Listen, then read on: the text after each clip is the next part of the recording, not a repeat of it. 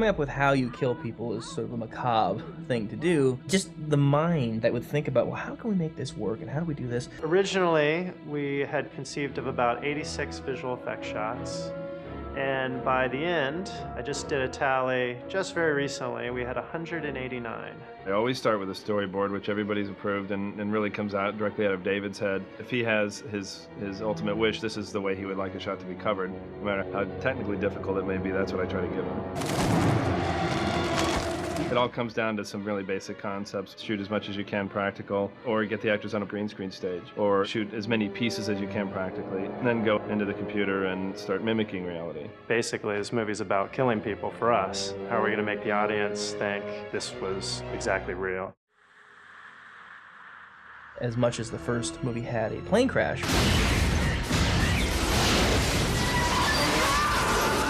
we had to have a commensurate opening sequence.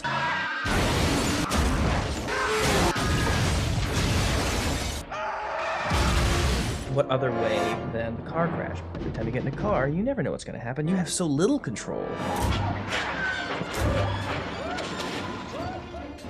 The sequence itself took 11 days to shoot. We had about 4.5 miles of highway that was ours. We could do whatever we wanted with it. It's big. It's very big. There's 4 or 5 major car wrecks in a span of probably a few minutes on film. It was all action every day.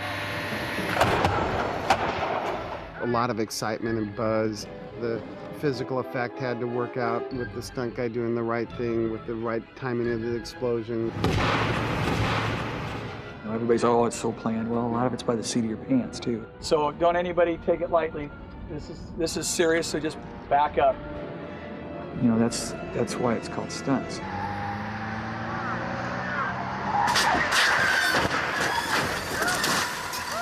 When the red SUV is doing its really horrifying flips, there is a live person who is driving that. We had dummies for the other people so that their arms and heads and hair could be flipping all over the place.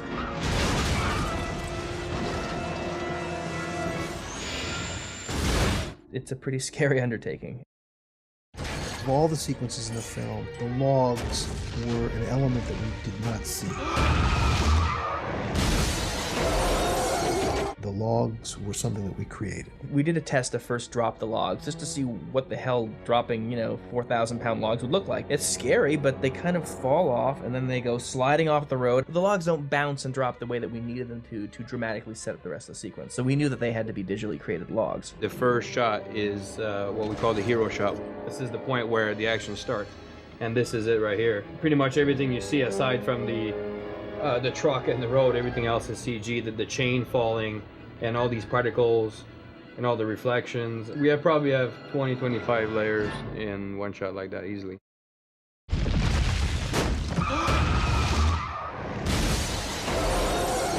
Once we got into the log sequence, I started feeling very confident. Then we started doing more and more difficult things just because we could. When the log goes through the police car and takes off poor Thomas's head, and it goes out the back, it was done sort of in a way that was practical, and there was a dummy in there. But the dummy was too visible, so we had to replace with the real actor's face that we took from another shot, and the mouth was taken from another shot. And then we also grabbed one frame of the static log that was part of the original plate. We were able to warp it so that it had a rotation and had it make contact with the windshield exactly when the original static log hit the windshield so the glass would smash. We just kept doing little things that you'll never know. Most of the CG during the opening crash is wire removal. When the young guy is being dragged and the bike is following him, they were all tied onto a wire. We just digitally erased the wire. But that still is a real guy going, ah!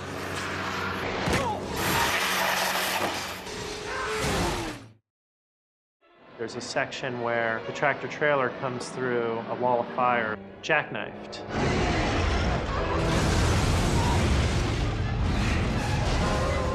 There was no truck jackknife. That was just a truck driving through a wall of fire, which was about maybe a quarter or half the size it is now. I wanted it to mask the fact that the truck was coming at us, so we enhanced our practical fire with CG fire. We shot a miniature trailer with a black box cab so that black box would affect the miniature fire the way the real truck did. We added fire in the foreground, some fire burning on the ground here, extra debris, and here comes the truck from hell.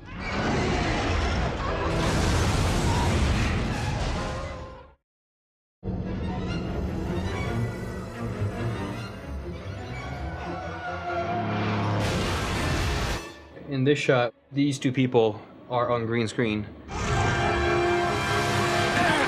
There's roughly 6-7 layers of different elements in this shot. The truck was a separate element. The actual kid coming out here was a separate element because obviously that would be his last movie if he would be in there. All the flame and explosions were actually after the fact. So we colorized the whole environment to reflect the fire exploding.